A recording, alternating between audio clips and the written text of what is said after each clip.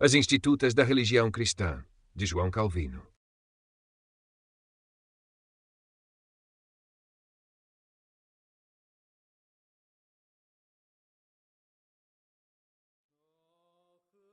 Se alguém objetar que não é evidenciado por nenhuma dessas coisas que o mesmo Cristo que redimiu os homens da condenação não poderia ter testificado seu amor por eles assumindo sua natureza, se eles tivessem permanecido em um estado de integridade e segurança, respondemos brevemente que uma vez que o Espírito declara essas duas coisas, o fato de Cristo se tornar nosso Redentor e sua participação da mesma natureza, como estando conectadas pelo decreto eterno de Deus, não é correto fazer qualquer outra investigação. Pois aquele que sente um desejo ardente de saber algo mais, não se contentando com a nomeação imutável de Deus, mostra também que não está satisfeito com este Cristo que nos foi dado como preço de nossa redenção. Paulo não apenas nos diz o fim de sua missão, mas ascendendo ao sublime mistério da predestinação, reprime muito apropriadamente todos os devaneios e confusões da mente humana, declarando que o Pai nos escolheu em Cristo antes da fundação do mundo e nos predestinou à adoção de filhos, segundo o beneplácito de sua vontade, e nos fez aceitos em seu Filho amado, em quem temos a redenção pelo seu sangue. Aqui, a queda de Adão não é certamente pressuposta como de data anterior, mas temos uma revelação do que foi decretado por Deus antes de todas as eras, quando ele determinou remediar a miséria da humanidade. Se algum adversário objetar novamente que esse desígnio de Deus dependia da queda do homem que ele previu, é mais do que suficiente para mim que cada homem está procedendo com uma presunção ímpia ao imaginar para si um novo Cristo. Quem quer que se permita indagar ou deseje saber sobre Cristo mais do que Deus predestinou em seu decreto secreto e com justiça, Paulo, após ter tratado assim da função peculiar de Cristo, implora em favor dos efésios o espírito de entendimento, para que possam compreender qual é a largura, o comprimento, a profundidade e a altura, e conhecer o amor de Cristo que excede todo conhecimento, como se ele quisesse cercar nossas mentes com barreiras, para que sempre que se mencione Cristo, não possam se desviar em menor grau da graça da reconciliação. Portanto, uma vez que isso é testemunhado por Paulo como uma afirmação fiel de que Cristo Jesus veio ao mundo para salvar os pecadores, eu aceito isso com alegria. E uma vez que o mesmo apóstolo, em outro lugar, nos informa que a graça que agora se manifesta pelo Evangelho nos foi dada em Cristo Jesus antes do mundo começar, concluo que devo perseverar na mesma doutrina com constância até o fim. Essa modéstia é injustamente censurada por aqueles que, na presente era, lamentavelmente agitaram essa questão, que algumas pessoas haviam tocado levemente antes. Ele alega uma acusação de presunção contra aqueles que negam que o Filho de Deus teria aparecido na carne se Adão nunca tivesse caído, porque essa opinião não é contradita por nenhum testemunho das Escrituras. Como se Paulo não impusesse restrições a tal curiosidade perversa, quando, após ter falado do cumprimento de nossa redenção por Cristo, imediatamente acrescenta esta injunção: evitem perguntas tolas. A loucura de alguns que desejam parecer prodigiosamente agudos chegou a tal ponto que questionam se o Filho de Deus poderia assumir a natureza de um jumento. Essa monstruosa suposição, que todas as pessoas piedosas abominam e detestam, é desculpada por Oanda sob este pretexto, de que não é expressamente condenada em lugar algum nas Escrituras, como se, quando Paulo considera nada valioso ou digno de ser conhecido, exceto Cristo crucificado, ele admitisse um jumento como autor da salvação. Portanto, aquele que em outro lugar declara que Cristo deve também receber este comando do Pai, para que ele possa ser feito um sacrifício para apaziguar o Pai em nosso favor. Assim está escrito, e assim convinha que Cristo sofresse, e que o arrependimento deve ser pregado em seu nome. Portanto, meu Pai me ama, porque eu dou a minha vida. Este mandamento recebi de meu Pai. Assim como Moisés levantou a serpente no deserto, assim também é necessário que o Filho do Homem seja levantado. Pai, salva-me desta hora. Mas para isso vim a esta hora. Pai, glorifica teu Filho, onde ele claramente atribui como objetivo de sua assunção da natureza humana que seria um sacrifício expiatório para a abolição dos pecados. Pela mesma razão, Zacarias pronuncia que ele veio de acordo com a promessa feita aos pais, para dar luz àqueles que estão sentados na sombra da morte. Lembremo-nos de que todas essas coisas são ditas do Filho de Deus, em quem, segundo o testemunho de Paulo, estão escondidos todos os tesouros da sabedoria e do conhecimento, e além de quem ele se gloria em não saber nada. Se alguém objetar que não é evidenciado por nenhuma dessas coisas, que o mesmo Cristo que redimiu os homens da condenação não poderia ter testificado seu amor por eles, assumindo sua natureza, se eles tivessem permanecido em um estado de integridade e segurança, respondemos brevemente que, uma vez que o Espírito declara essas duas coisas, o fato de Cristo se tornar nosso Redentor e sua participação da mesma natureza, como estando conectadas pelo decreto eterno de Deus, não é correto fazer qualquer outra investigação. Pois aquele que sente um desejo ardente de saber algo mais, não se contentando com a nomeação imutável de Deus, mostra também que não está satisfeito com este Cristo que nos foi dado como o preço de nossa redenção. Paulo não apenas nos diz o fim de sua missão, mas, ascendendo ao sublime mistério da predestinação, reprime muito apropriadamente todos os devaneios e confusões da mente humana, declarando que o Pai nos escolheu em Cristo antes da fundação do mundo e nos predestinou à adoção de filhos, segundo o beneplácito de sua vontade, e nos fez aceitos em seu Filho amado, em quem temos a redenção pelo seu sangue. Aqui, a queda de Adão não é certamente pressuposta como de data anterior, mas temos uma revelação do que foi decretado por Deus antes de todas as eras, quando ele determinou remediar a miséria da humanidade. Se algum adversário objetar novamente que esse desígnio de Deus dependia da queda do homem que ele previu, é mais do que suficiente para mim que cada homem está procedendo com uma presunção ímpia ao imaginar para si um novo Cristo. Quem quer que se permita indagar ou deseje saber sobre Cristo mais do que Deus predestinou em seu decreto secreto, e com justiça, Paulo, após ter tratado assim da função peculiar de Cristo, implora em favor dos Efésios o espírito de entendimento, para que possam compreender qual é a largura, o comprimento, a profundidade e a altura, e conhecer o amor de Cristo que excede todo conhecimento, como se ele quisesse cercar nossas mentes com barreiras, para que sempre que se mencione Cristo, não possam se desviar em menor grau da graça da reconciliação. Portanto, uma vez que isso é testemunhado por Paulo como uma afirmação fiel de que Cristo Jesus veio ao mundo para salvar os pecadores, eu aceito isso com alegria. E uma vez que o mesmo apóstolo, em outro lugar, nos informa que a graça que agora se manifesta pelo Evangelho nos foi dada em Cristo Jesus antes do mundo começar, concluo que devo perseverar na mesma doutrina com constância até o fim. Essa modéstia é injustamente censurada por aqueles que, na presente era, lamentavelmente agitaram essa questão, que algumas pessoas haviam tocado levemente antes. Ele alega uma acusação de presunção contra aqueles que negam que o Filho de Deus teria aparecido na carne se Adão nunca tivesse caído, porque essa opinião não é contradita por nenhum testemunho das Escrituras, como se Paulo não impusesse restrições a tal curiosidade perversa, quando, após ter falado do cumprimento de nossa redenção por Cristo, imediatamente acrescenta esta injunção: evitem perguntas tolas. A loucura de alguns que desejam parecer prodigiosamente agudos chegou a tal ponto que questionam se o Filho de Deus poderia assumir a natureza de um jumento.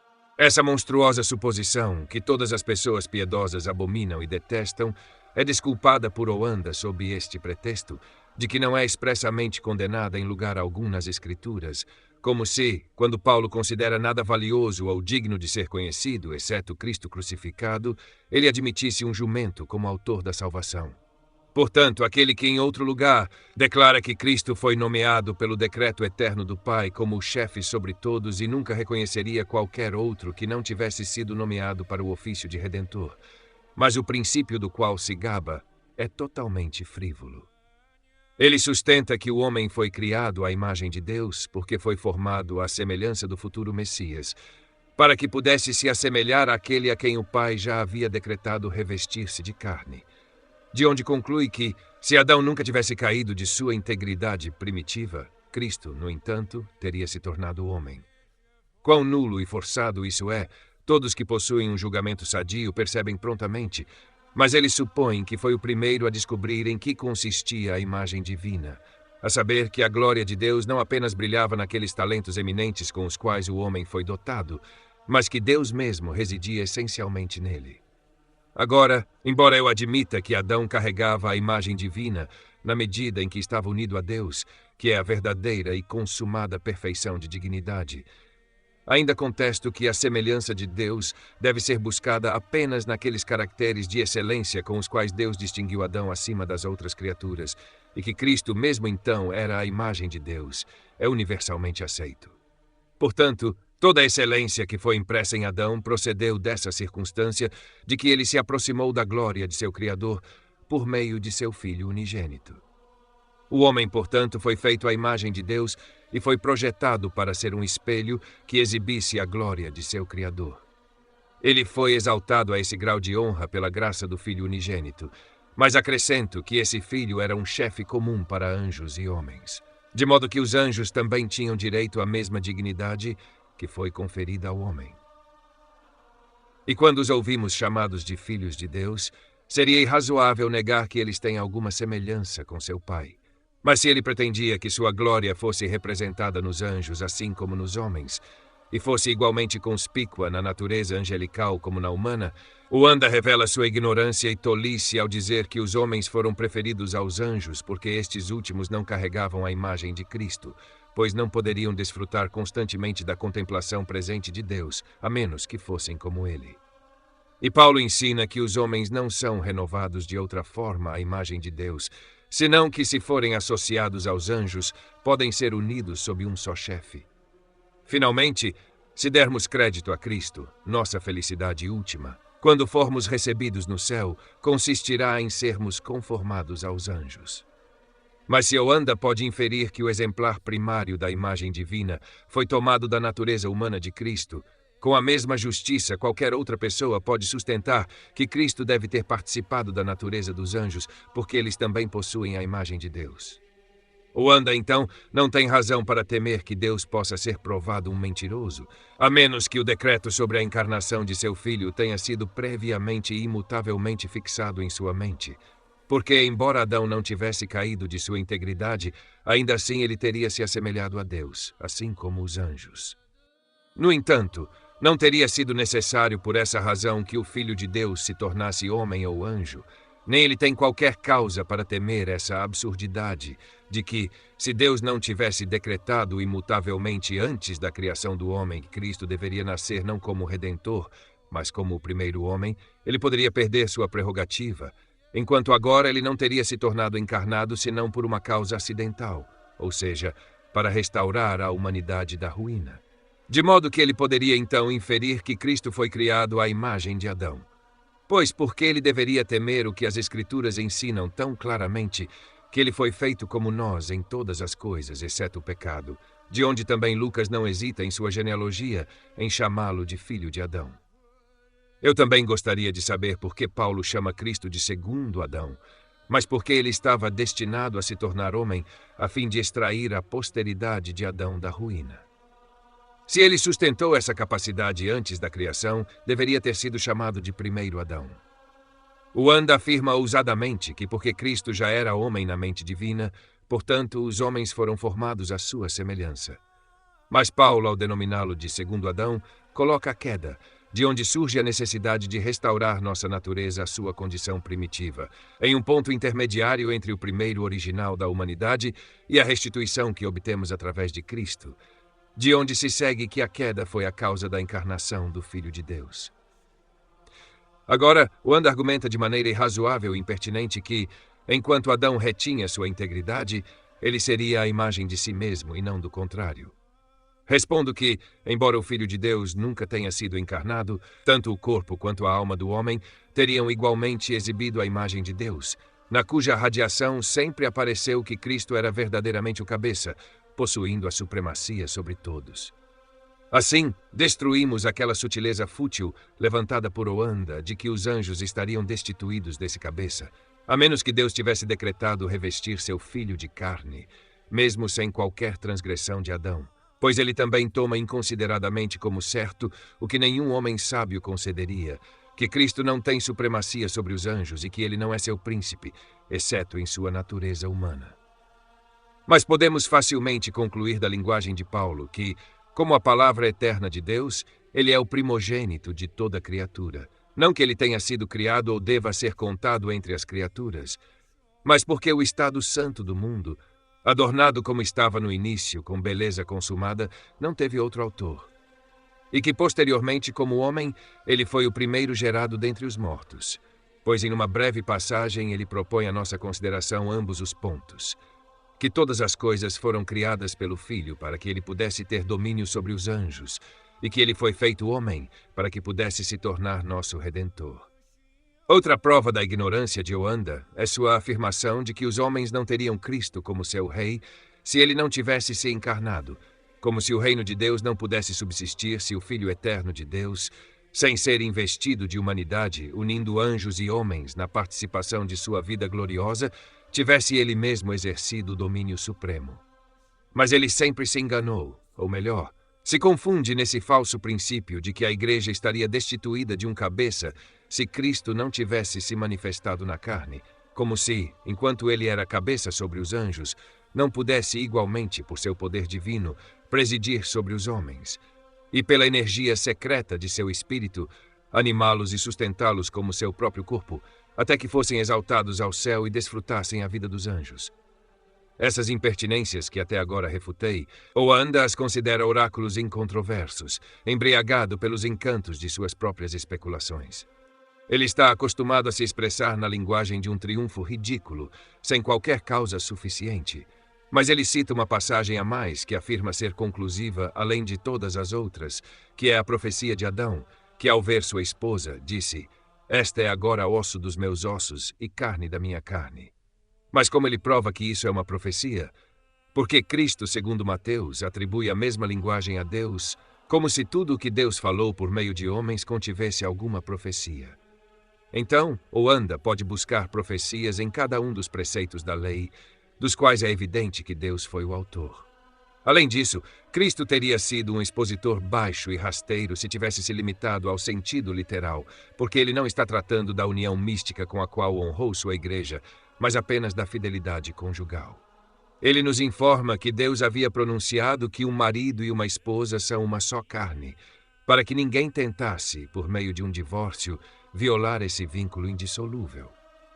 Se Oanda se desagrada com essa simplicidade que ele critique Cristo, porque ele não conduziu seus discípulos a um mistério por uma interpretação mais sutil da linguagem do Pai, nem sua imaginação delirante obtém qualquer apoio de Paulo, que após ter dito que somos membros da carne de Cristo, imediatamente acrescenta: "Este é um grande mistério." Pois o objetivo dos apóstolos não era explicar o sentido em que Adão falou, mas, sob a figura e semelhança do casamento, exibir a união sagrada que nos torna um com Cristo. E isso está implícito em suas próprias palavras, pois, quando nos informa que está falando de Cristo e da Igreja, ele introduz uma espécie de correção para distinguir entre a lei do casamento e a união espiritual de Cristo e da Igreja. Portanto, essa noção fútil parece destituída de qualquer fundamento sólido. Nem creio que haverá necessidade de discutir sutilezas semelhantes, uma vez que a vaidade de todas elas será descoberta a partir da breve refutação anterior. Mas esta declaração sóbria será amplamente suficiente para a satisfação sólida dos filhos de Deus, que quando a plenitude do tempo chegou, Deus enviou seu Filho, feito de uma mulher, feito sob a lei, para redimir os que estavam sob a lei. Capítulo 13. A assunção da real humanidade de Cristo. Os argumentos para a divindade de Cristo, que já foram provados por testemunhos claros e irrefutáveis, seriam, creio, desnecessários. Reitera-se, então, que nos resta examinar como, após ter sido investido com nossa carne, ele desempenhou o ofício de mediador. Agora, a realidade de sua humanidade foi antigamente contestada pelos maniqueus e pelos marcionitas, dos quais os últimos imaginaram para si um fantasma visionário em vez do corpo de Cristo, e os primeiros sonharam que ele tinha um corpo celestial. Mas ambas essas noções são contrárias a numerosos e poderosos testemunhos das Escrituras, pois a bênção não é prometida nem em uma semente celestial, nem em um fantasma de homem, mas na semente de Abraão e Jacó. Nem o trono eterno é prometido a um homem aéreo, mas ao filho de Davi e ao fruto de seus lombos.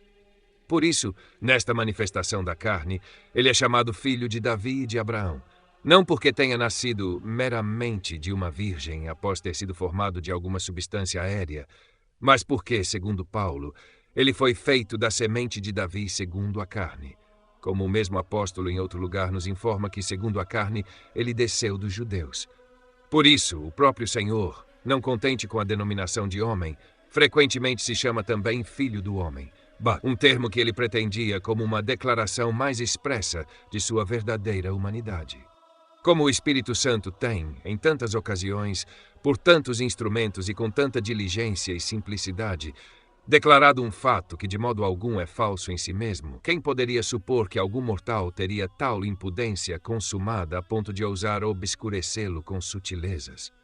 Mas mais testemunhos se oferecem se quisermos multiplicá-los, como este de Paulo, que Deus enviou seu filho feito de uma mulher, e inúmeros outros, dos quais ele parece ter estado sujeito à fome, sede, frio e outras enfermidades de nossa natureza. Mas da multidão, devemos selecionar principalmente aqueles que podem contribuir para a edificação de nossas mentes na verdadeira fé. Como quando se diz que ele não assumiu a natureza dos anjos, mas tomou sobre si a semente de Abraão, que tomou carne e sangue, que através da morte poderia destruir aquele que tinha o poder da morte, pelo que não se envergonha de chamá-los de irmãos, que em todas as coisas convinha que ele fosse feito semelhante a seus irmãos, para que pudesse ser um sumo sacerdote misericordioso e fiel. Que não temos um sumo sacerdote que não possa ser tocado com o sentimento de nossas enfermidades, e o mesmo se aplica ao que acabamos de mencionar, que era necessário que os pecados do mundo fossem expiados em nossa carne, o que é claramente afirmado por Paulo. E certamente tudo o que o Pai conferiu a Cristo pertence a nós, porque ele é a cabeça da qual todo o corpo é ajustado e compactado por aquilo que cada articulação fornece. Caso contrário, não haveria propriedade na declaração de que Deus dá o Espírito não por medida a ele, para que todos possamos receber de sua plenitude, uma vez que nada seria mais absurdo do que Deus ser enriquecido em sua essência por qualquer presente adventício. Por essa razão, também Cristo diz em outro lugar, por causa deles eu me santifico. As passagens que eles citam em confirmação desse erro, eles as pervertem de maneira mais tola. Nem suas sutilezas frívolas os ajudam em seus esforços para obviar os argumentos que avancei em defesa de nossos sentimentos. Marcião imagina que Cristo se revestiu de um fantasma em vez de um corpo real, porque se diz que ele foi feito à semelhança dos homens e encontrado na forma de um homem. Mas, ao tirar essa conclusão, ele ignora totalmente o escopo de Paulo nessa passagem, pois seu objetivo não é descrever a natureza do corpo que Cristo assumiu, mas afirmar que, enquanto poderia ter exibido sua divindade, ele se manifestou na condição de um homem abjeto e desprezado. Para nos exaltar a humildade pelo exemplo de Cristo, ele mostra que, sendo Deus, poderia ter feito instantaneamente uma exibição conspícua de sua glória ao mundo, mas que ele se afastou de seu direito e se rebaixou voluntariamente, pois assumiu a forma de servo e, contente com essa posição humilde, permitiu que sua divindade ficasse oculta atrás do véu da humanidade. O assunto dessa declaração, sem dúvida, não é a natureza de Cristo, mas sua conduta. Do contexto todo, também é fácil inferir que Cristo se humilhou pela assunção de uma verdadeira natureza humana. Pois qual é o significado dessa cláusula de que ele foi encontrado na forma de um homem, senão que por um tempo sua glória divina era invisível e nada parecia além da forma humana em uma condição humilde e abjeta? Pois, de outra forma, não haveria fundamento para essa afirmação de Pedro de que ele foi morto na carne, mas vivificado pelo Espírito, se o Filho de Deus não tivesse estado sujeito às enfermidades da natureza humana. Isso é mais claramente expresso por Paulo quando ele diz que ele foi crucificado por fraqueza. O mesmo é confirmado por sua exaltação, pois é afirmado positivamente que ele obteve uma nova glória após sua humilhação, o que só poderia ser aplicável a um homem real, composto de corpo e alma. Marcião fabrica para Cristo um corpo aéreo porque ele é chamado de segundo Adão, o Senhor do céu. Mas o apóstolo, naquele lugar, não está falando de uma essência corpórea celestial, mas de uma energia espiritual que, sendo difundida de Cristo, nos eleva à vida. Essa energia, já vimos que Pedro e Paulo distinguem de seu corpo. Portanto, a doutrina ortodoxa sobre o corpo de Cristo está firmemente estabelecida por esta passagem, pois, a menos que Cristo tivesse a mesma natureza corpórea que nós, não haveria força no argumento que Paulo tão veementemente defende, Que se Cristo ressuscitou dos mortos, então nós também ressuscitaremos. Que se não ressuscitarmos, nem Cristo ressuscitou. De qualquer maneira que os antigos maniqueus ou seus discípulos modernos tentem se aproveitar, não podem ter sucesso. Sua pretensão nula de que Cristo é chamado Filho do Homem porque foi prometido aos homens é um subterfúgio vã, pois é evidente que no idioma hebraico a expressão Filho do Homem é uma frase que expressa um homem real, e Cristo, sem dúvida, manteve a fraseologia de sua própria língua. Não há espaço para discutir o que se entende por filhos de Adão. E para não ir mais longe, será totalmente suficiente citar uma passagem no Salmo etíope que os apóstolos aplicam a Cristo. Que é o homem para que te lembres dele, ou o filho do homem para que o visites? Essa frase expressa a verdadeira humanidade de Cristo, porque, embora ele não tenha sido gerado imediatamente por um pai mortal, sua descendência foi derivada de Adão.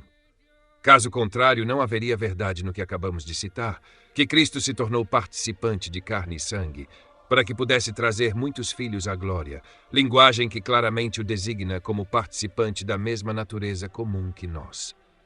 No mesmo sentido, o apóstolo diz que tanto aquele que santifica, quanto aqueles que são santificados são todos de um só, pois o contexto prova que isso se refere a uma comunidade de natureza, pois ele imediatamente acrescenta: por isso não se envergonha de chamá-los de irmãos. Pois, se ele já tivesse dito que os fiéis são de Deus, que razão poderia ter Jesus Cristo para se envergonhar de tal grande dignidade? Mas porque Cristo, de sua infinita graça, se associa àqueles que são vil e desprezíveis, é, portanto, dito que ele não se envergonha. É uma objeção vã que eles fazem, que com base nesse princípio, o império se tornará os irmãos de Cristo, porque sabemos que os filhos de Deus não nascem de carne e sangue, mas do Espírito pela fé. Portanto, uma comunidade de natureza sozinha não é suficiente para constituir uma união fraternal, mas embora seja apenas aos fiéis que o apóstolo atribui a honra de ser um com Cristo, não se segue que os incrédulos não sejam, segundo a carne, nascidos do mesmo original, assim como quando dizemos que Cristo foi feito homem para nos tornar filhos de Deus. Essa expressão não se estende a todos os homens, porque a fé é o meio pelo qual somos espiritualmente enxertados no corpo de Cristo. Eles também levantam uma contenda tola a respeito da denominação de primogênito. Eles argumentam que Cristo deveria ter nascido no início, imediatamente de Adão, para que pudesse ser o primogênito entre muitos irmãos. Mas a primogenitura atribuída a ele não se refere à idade, mas ao grau de honra e à eminência de poder que ele desfruta. Nem há mais plausibilidade em sua noção de que Cristo é dito ter assumido a natureza do homem e não a dos anjos, porque ele recebeu a raça humana em seu favor. Pois o apóstolo, para magnificar a honra com que Cristo nos favoreceu, nos compara com os anjos, diante dos quais, a esse respeito, somos preferidos.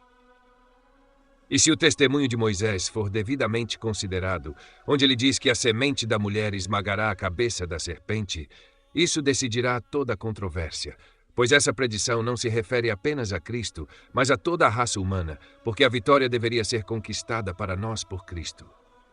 Deus pronuncia, em geral, que a posteridade da mulher deve ser superior ao diabo, de onde se segue que Cristo desceu da raça humana, porque o desígnio de Deus naquela promessa a Eva era confortá-la com uma boa esperança, para que ela não fosse vencida pela tristeza. Aqueles trechos onde Cristo é chamado de semente de Abraão e fruto do corpo de Davi, eles com igual tolice e maldade envolvida em alegorias, pois, se a palavra semente tivesse sido usada em um sentido alegórico, Paulo certamente não teria permanecido em silêncio a respeito, onde, sem qualquer figura, ele afirma explicitamente que não há muitos filhos de Abraão que são redentores, mas apenas Cristo. Igualmente infundada é a noção de que Cristo é chamado Filho de Deus em nenhum outro sentido, senão porque foi prometido e finalmente se manifestou a seu tempo. Pois após Paulo declarar que ele foi feito da semente de Davi, a adição imediata da frase, segundo a carne, é certamente uma designação de natureza. Assim, também em outro lugar ele o chama de Deus bendito para sempre e afirma distintamente que ele desceu dos judeus quanto à carne. Agora, se ele não foi realmente gerado da semente de Davi, qual é o significado dessa expressão, o fruto de seus lombos? O que se torna dessa promessa? O fruto do teu corpo eu colocarei sobre o teu trono. Eles também brincam de maneira sofística com a genealogia de Cristo, como é dada por Mateus, pois embora mencione os pais de José e não de Maria, como estava tratando de algo então geralmente conhecido, achou suficiente mostrar que José descendia da semente de Davi, enquanto não poderia haver dúvida de que Maria era da mesma família. Mas Lucas vai mais longe, com o intuito de significar que a salvação procurada por Cristo é comum a toda a humanidade, uma vez que Cristo, o autor da salvação, desceu de Adão, o pai comum de todos. Concordo, de fato, que dessa genealogia não se pode inferir que Cristo é o filho de Davi de outra forma senão porque nasceu da Virgem. Mas os modernos marcionitas, para dar plausibilidade ao seu erro, afirmam que Cristo derivou seu corpo do nada, sustentando que as mulheres não têm semente geradora, e assim subvertem os elementos da natureza. Mas como essa não é uma questão teológica e os argumentos que eles apresentam são tão fúteis que não haverá dificuldade em repelir, não me ocuparei de pontos pertencentes à filosofia e à arte médica. Será suficiente para mim obviar a objeção que eles alegam da Escritura, a saber, que Arão e Judá casaram-se com mulheres da tribo de Judá. E assim, se as mulheres contêm semente geradora, a distinção das tribos seria confundida.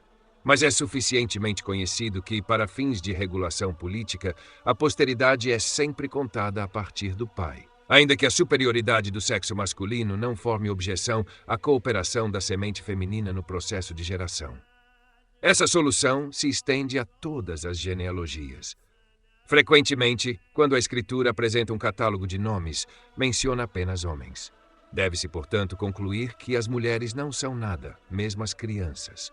Eles sabem que as mulheres estão compreendidas sob seus maridos. Por essa razão, as mulheres são ditas dar à luz filhos para seus maridos, porque o nome da família sempre permanece com os homens. Agora, como é um privilégio concedido à superioridade do sexo masculino, que os filhos sejam considerados nobres ou ignóbeis de acordo com a condição de seus pais, assim, por outro lado, é sustentado pelos juristas que, em estado de escravidão, a prole segue a condição da mãe, de onde podemos inferir que a prole é produzida em parte da semente da mãe. A linguagem comum de todas as nações implica que as mães têm alguma participação na geração dos filhos. Isso está em harmonia com a lei divina, que de outra forma não teria fundamento para a proibição do casamento de um tio com a filha de sua irmã, porque nesse caso não haveria consanguinidade. Também seria lícito para um homem casar-se com sua irmã uterina, desde que ela fosse gerada por outro pai. Mas, enquanto concedo que um poder passivo é atribuído às mulheres, também sustento que o mesmo que é afirmado dos homens é indiscriminadamente predicado delas. Nem se diz que Cristo foi feito por uma mulher, mas de uma mulher. Alguns dessas pessoas, despindo-se de toda modéstia, perguntam impudentemente se preferimos dizer que Cristo foi procriado da semente menstrual da Virgem. Eu perguntarei, por outro lado, se ele não foi unido ao sangue de sua mãe. E isso eles devem ser forçados a confessar. Portanto, é corretamente inferido da linguagem de Mateus que, na medida em que Cristo foi gerado de homens, ele foi procriado de sua semente, assim como quando se diz que B foi gerado de Raabe, isso denota uma geração semelhante. Nem é o propósito de Mateus aqui descrever a Virgem como um tubo pelo qual Cristo passou, mas discriminar essa concepção milagrosa da geração ordinária, que em Jesus Cristo foi gerada da semente de Davi por meio de uma virgem, no mesmo sentido e pela mesma razão que se diz que Isaque foi gerado de Abraão, Salomão de Davi e José de Jacó. Assim, Cristo é dito ter sido gerado de sua mãe, pois o evangelista escreveu toda a sua narrativa com base nesse princípio, e para provar que Cristo desceu de Davi, contentou-se com este único fato, que ele foi gerado de Maria. Daí se segue que ele pressupôs a consanguinidade de Maria e José. As absurdidades com as quais esses oponentes desejam nos pressionar estão repletas de argumentos fúteis. Eles consideram mesquinho e desonroso para Cristo que ele deva dirigir sua descendência a homens, porque não poderia estar isento da lei universal que conclui toda a posteridade de Adão, sem exceção, sob o pecado.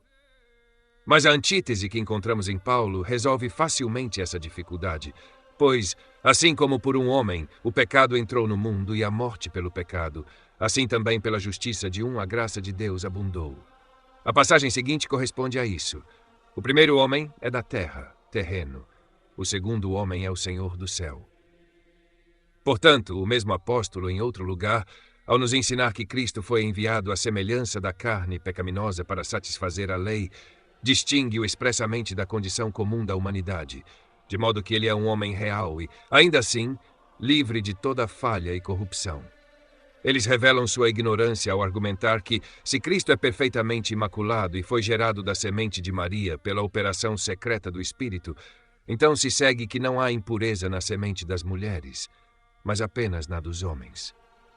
Pois não representamos Cristo como perfeitamente imaculado, meramente porque ele nasceu da semente de uma mulher não conectada a nenhum homem, mas porque ele foi santificado pelo Espírito. De modo que sua geração foi pura e santa, como teria sido antes da queda de Adão.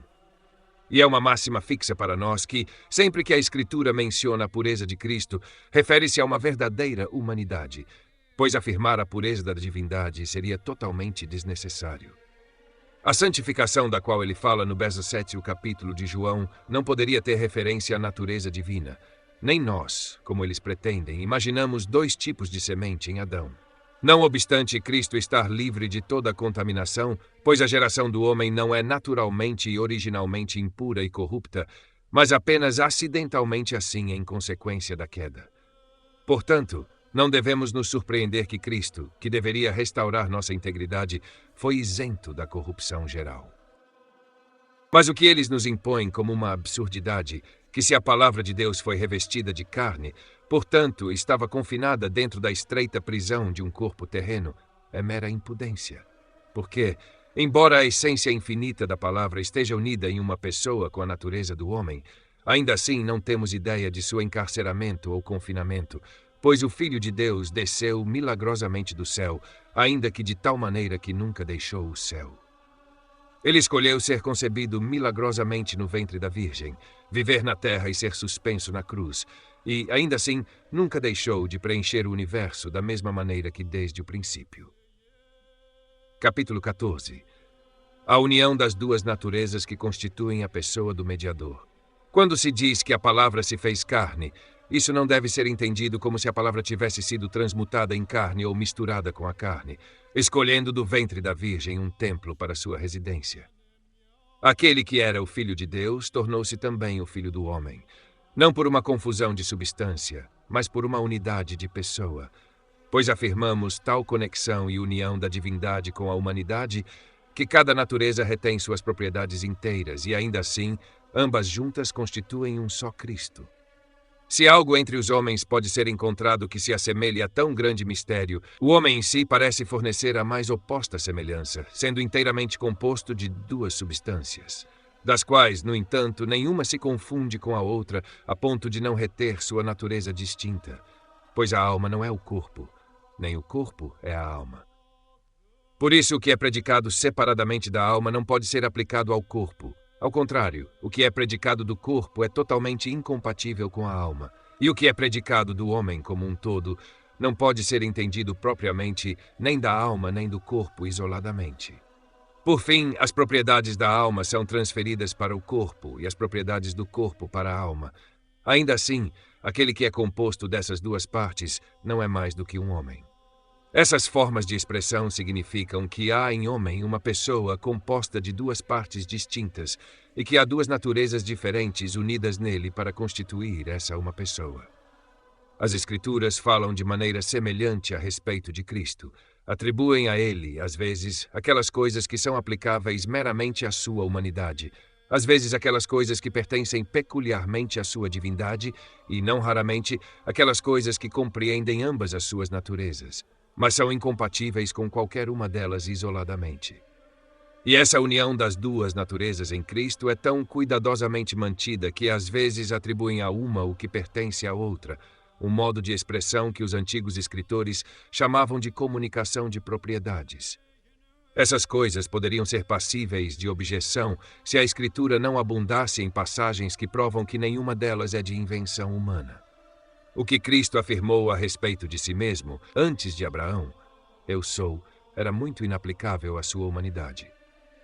Estou ciente do argumento com o qual espíritos errôneos corromperiam essa passagem, que ele estava antes de todos os séculos, porque ele já era, então, o Redentor, tanto no decreto do Pai quanto nas mentes dos fiéis. Mas como ele distingue claramente o dia de sua manifestação de sua essência eterna e professa sua antiguidade como prova de que possui uma autoridade na qual ele supera Abraão, não há dúvida de que ele reivindica para si o que é peculiar à divindade.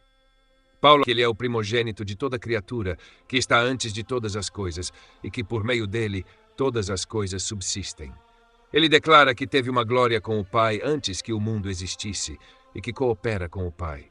Essas coisas são igualmente incompatíveis com a humanidade. É certo que essas e outras semelhantes são atributos peculiares da divindade.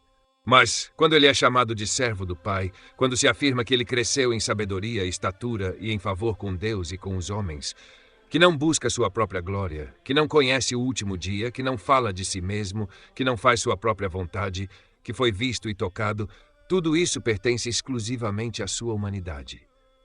Pois, como Deus, ele é incapaz de qualquer aumento. Ele faz todas as coisas para sua própria glória e nada está oculto dele. Ele faz todas as coisas de acordo com a decisão de sua própria vontade e é invisível e intangível. E ainda assim, ele atribui essas coisas não à sua natureza humana separadamente, mas a si mesmo, como se pertencessem à pessoa do mediador. Mas a comunicação de propriedades é exemplificada na afirmação de Paulo de que Deus comprou a igreja com seu próprio sangue e que o Senhor da glória foi crucificado. Também no que João diz que eles tocaram a palavra da vida. Deus não tem sangue, ele não é capaz de sofrer ou de ser tocado com as mãos.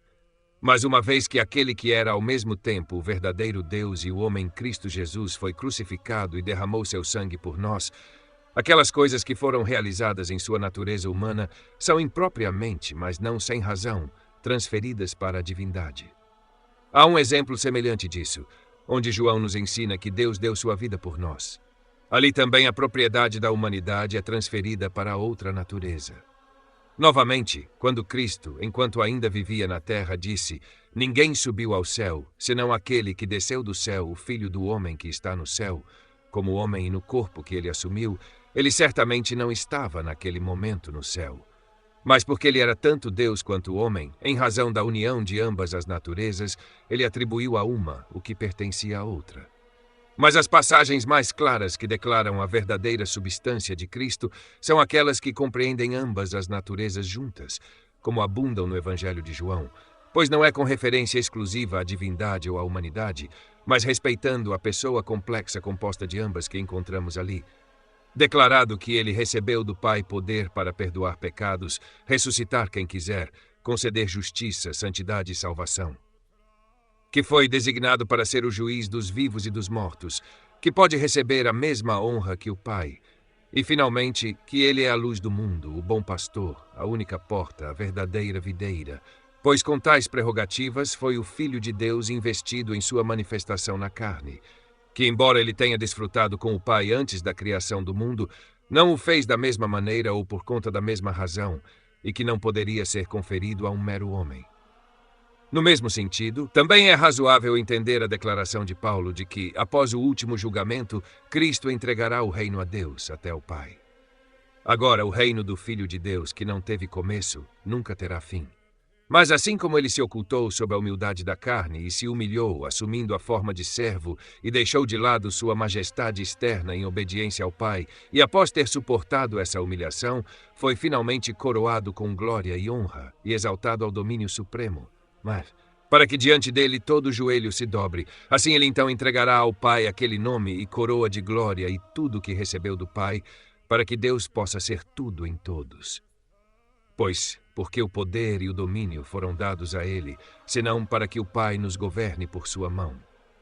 Nesse sentido, também se diz que ele está sentado à direita do Pai, mas isso é apenas temporário, até que possamos desfrutar da contemplação imediata da divindade. E aqui é impossível desculpar o erro dos antigos, que por falta de atenção suficiente à pessoa do mediador, obscurecem o sentido genuíno de quase toda a doutrina que temos no Evangelho de João e se envolvem em muitas dificuldades. Que esta máxima, então, nos sirva como uma chave para o verdadeiro sentido. Que aquelas coisas que se relacionam com o ofício do mediador não são ditas simplesmente de sua natureza divina ou de sua natureza humana. Portanto, Cristo reinará até que venha julgar o mundo, na medida em que nos conecta com o Pai, na medida em que é compatível com nossa enfermidade. Mas quando participarmos da glória do céu e virmos a Deus como Ele é, então, tendo cumprido o ofício de mediador, Ele deixará de ser o embaixador do Pai e se contentará com aquela glória que desfrutou antes da criação do mundo. Nem o título de Senhor é aplicado peculiarmente à pessoa de Cristo em qualquer outro aspecto, senão como marca uma estação intermediária entre Deus e nós. Este é o significado daquela expressão de Paulo: um Deus, de quem são todas as coisas, e um Senhor, por quem são todas as coisas, a saber, a quem o Pai confiou um domínio temporário, até que sejamos admitidos à presença imediata de Sua Majestade Divina, que estará tão longe de sofrer qualquer diminuição por sua entrega do reino ao Pai, que se exibirá em esplendor muito superior. Pois então também Deus deixará de ser a cabeça de Cristo, porque a divindade de Cristo, que ainda está coberta com um véu, brilhará em toda a sua nativa effulgência.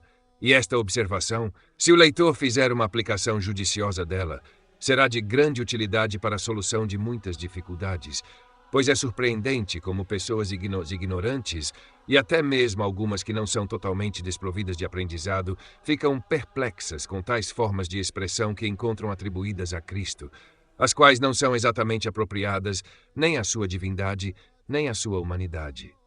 Isso se deve à falta de consideração de que são aplicáveis à sua pessoa complexa, composta de Deus e homem, e ao seu ofício de mediador. E, de fato, podemos ver a mais bela coerência entre todas essas coisas se houver apenas um expositor sóbrio para examinar tais mistérios com a devida reverência. Mas esses espíritos furiosos e frenéticos lançam tudo em confusão. Eles se apoderam das propriedades de sua humanidade para destruir sua divindade. Por outro lado, agarram-se aos atributos de sua divindade para destruir sua humanidade, e pelo que é dito de ambas as naturezas unidas, mas que é aplicável separadamente a cada uma, tentam destruir ambas. Agora, o que é isso senão afirmar que Cristo não é homem porque é Deus, que não é Deus porque é homem, e que não é nem homem nem Deus porque é ao mesmo tempo ambos, homem e Deus? Concluímos, portanto, que Cristo, como Ele é Deus e homem, composto dessas duas naturezas unidas, mas não confundidas, é nosso Senhor e o verdadeiro Filho de Deus, mesmo em sua humanidade, embora não em razão de sua humanidade, pois devemos evitar cuidadosamente o erro de Nouros, que, tentando mais dividir do que distinguir as duas naturezas, imaginou um Cristo duplo. Isso encontramos claramente contradito pela Escritura, onde a designação de Filho de Deus é dada àquele que nasceu da Virgem, e a própria Virgem é chamada Mãe de Nosso Senhor. Devemos também ter cuidado com o erro de Wes, para que, enquanto buscamos estabelecer a unidade da pessoa de Cristo, não destruamos a distinção de suas duas naturezas, pois já citamos tantos testemunhos onde sua divindade é distinguida de sua humanidade, e a Escritura abunda em tantos outros que podem silenciar até os mais contenciosos. Em breve, acrescentarei alguns para uma refutação mais completa dessa noção.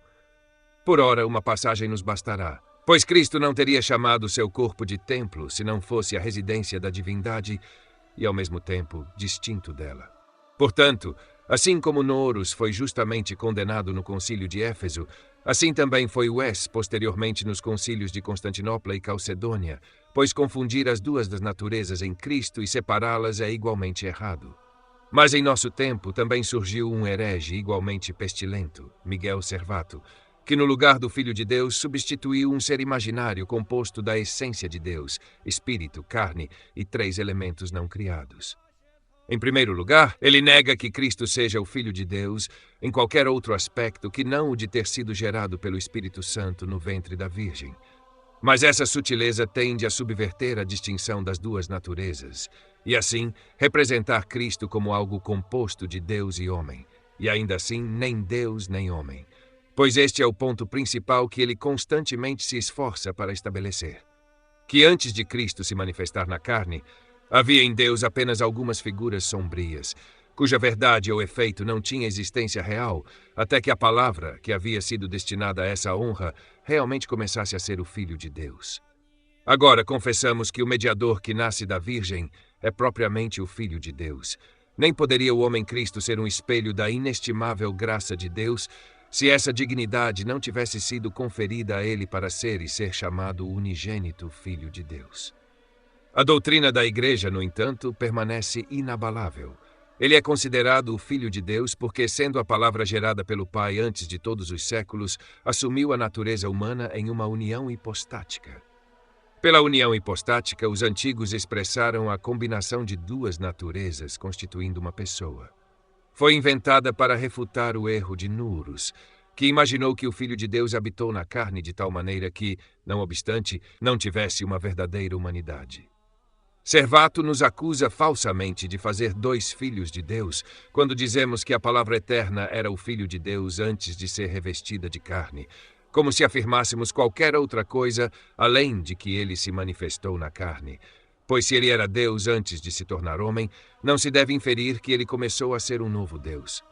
Não há mais absurdo em afirmar que o Filho de Deus apareceu na carne, que, no entanto, sempre foi o Filho de Deus por geração eterna. Isso está implícito nas palavras do anjo a Maria. Aquele santo que nascerá de ti será chamado Filho de Deus, como se dissesse que o nome do Filho, que havia estado em obscuridade sob a lei, estava prestes a ser celebrado e universalmente conhecido. Consistente com isso está a representação de Paulo de que, através de Cristo, somos filhos de Deus e podemos clamar livre e confiantemente, Abba, Pai. Mas não estavam os santos patriarcas em tempos antigos, contados entre os filhos de Deus? Sim, e dependendo dessa reivindicação, invocaram Deus como seu Pai. Mas desde a introdução do unigênito Filho de Deus no mundo, a paternidade celestial foi mais claramente revelada. Paulo menciona isso como o privilégio do reino de Deus. Deve, no entanto, ser mantido firmemente que Deus nunca foi Pai, nem aos anjos, nem aos homens, mas em referência ao seu unigênito Filho.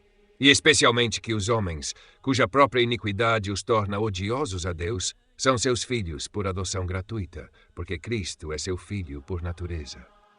Nem há força na cavalo de Servato de que isso depende da filiação que Deus decretou em si mesmo, porque não estamos aqui tratando de figuras, como a expiação foi representada pelo sangue dos sacrifícios, mas como eles não poderiam ser os filhos de Deus na realidade, a menos que sua adoção fosse fundada neste fundamento, é irrazoável detratar do fundamento aquilo que é comum a todos os membros. Vou mais longe. Uma vez que a Escritura chama os anjos de filhos de Deus, cujo gozo de tal alta dignidade não dependia de sua futura redenção, ainda é necessário que Cristo os preceda, pois é por meio dele que estão conectados com o Pai. Repetirei brevemente essa observação e aplicarei a mesma à raça humana, uma vez que anjos e homens foram originalmente criados em tal condição que Deus era o Pai comum de ambos. Se há alguma verdade na afirmação de Paulo de que Cristo era antes de todas as coisas, a cabeça do corpo e o primogênito de toda criatura, para que em todas as coisas ele possa ter a preeminência. Concebo que estou certo em concluir que ele também era o Filho de Deus antes da criação do mundo. Mas se sua filiação, por assim dizer, começou no momento de sua manifestação na carne, seguirá que ele era o Filho também em respeito à sua natureza humana. Assim, outros hereges sustentam que Cristo, que apareceu na carne, era o Filho de Deus porque, fora da carne, ele não poderia ter direito a essa denominação. Agora que eles me respondam se ele é o Filho de acordo com ambas as naturezas e em respeito a ambas. Assim, de fato, eles pretendem ociosa e vã, mas Paulo nos ensina de maneira muito diferente.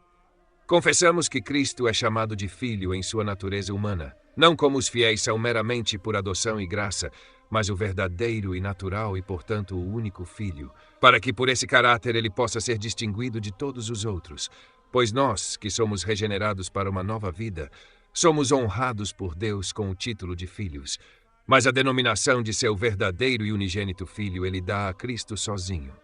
Mas entre tal multidão de irmãos, como ele pode ser o único filho, a menos que possua por natureza o que nós recebemos como um presente? E estendemos essa honra a toda a pessoa do mediador, que nasceu da Virgem e se ofereceu na cruz como vítima ao Pai, é verdadeiramente e propriamente o Filho de Deus. Mas, no entanto, em relação à sua divindade, como Paulo sugere, quando diz que ele foi separado para o Evangelho de Deus, que ele havia prometido a respeito de seu Filho Jesus Cristo, nosso Senhor, que foi feito da semente de Davi segundo a carne e declarado ser o Filho de Deus com poder, quando denomina distintamente Filho de Davi segundo a carne. Por que ele deveria dizer particularmente que ele foi declarado ser o Filho de Deus com poder? a menos que pretendesse sugerir que essa dignidade não dependia daquela carne, mas de algo mais. Pois no mesmo sentido em que ele diz em outro lugar que ele foi crucificado por fraqueza, ainda que viva pelo poder de Deus, assim neste trecho ele introduz a diferença entre as duas naturezas. Eles certamente devem ser constrangidos a admitir que, assim como ele recebeu de sua mãe naquilo que o faz ser chamado filho de Davi, assim ele recebeu de seu pai aquilo que o constitui o filho de Deus, e que isso é algo distinto e diferente de sua humanidade. A Escritura o distingue por dois nomes, chamando-o às vezes de filho de Deus, às vezes o filho do homem. Com respeito a este último, não se pode contestar que ele é chamado filho do homem, em conformidade com o idioma comum da língua hebraica, porque é um dos descendentes de Adão. Por outro lado, sustento que ele é denominado filho de Deus em razão de sua divindade e existência eterna, pois é igualmente razoável que a denominação de filho de Deus deva ser referida à natureza divina, assim como a de filho do homem deve ser referida à natureza humana. Em resumo, na passagem que citei, aquele que é feito da semente de Davi segundo a carne foi declarado ser o Filho de Deus com poder. Paulo pretende o mesmo, como nos ensina em outro lugar, que Cristo, que quanto à carne veio dos judeus, é Deus bendito para sempre. Mas se a distinção das duas naturezas é expressa em ambas as passagens, com que autoridade negarão que ele é o Filho de Deus em respeito à sua natureza divina, que segundo a carne é igualmente o Filho do homem? Eles clamam em apoio ao seu erro, que Deus é dito não ter poupado seu próprio filho, e que o anjo dirigiu que o mesmo que deveria nascer da Virgem seria chamado Filho do Altíssimo. Mas, para evitar que se gloriem em uma objeção tão fútil, deixem-nos acompanhar-nos em um breve exame da validade de seu raciocínio, pois se concluir corretamente que ele começou a ser o Filho de Deus em sua concepção, porque aquele que é concebido é chamado seu filho, seguirá que ele começou a ser a palavra em sua manifestação na carne, porque João nos diz que ele declara aquilo que suas mãos têm manuseado da palavra da vida.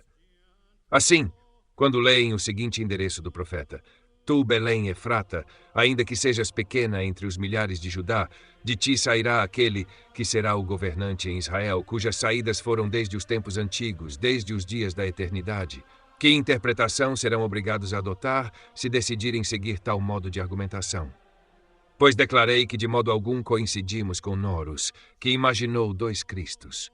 De acordo com nossa doutrina, Cristo nos fez filhos de Deus juntamente com ele pelo privilégio de uma união fraternal, porque ele é em nossa natureza que assumiu o unigênito Filho de Deus.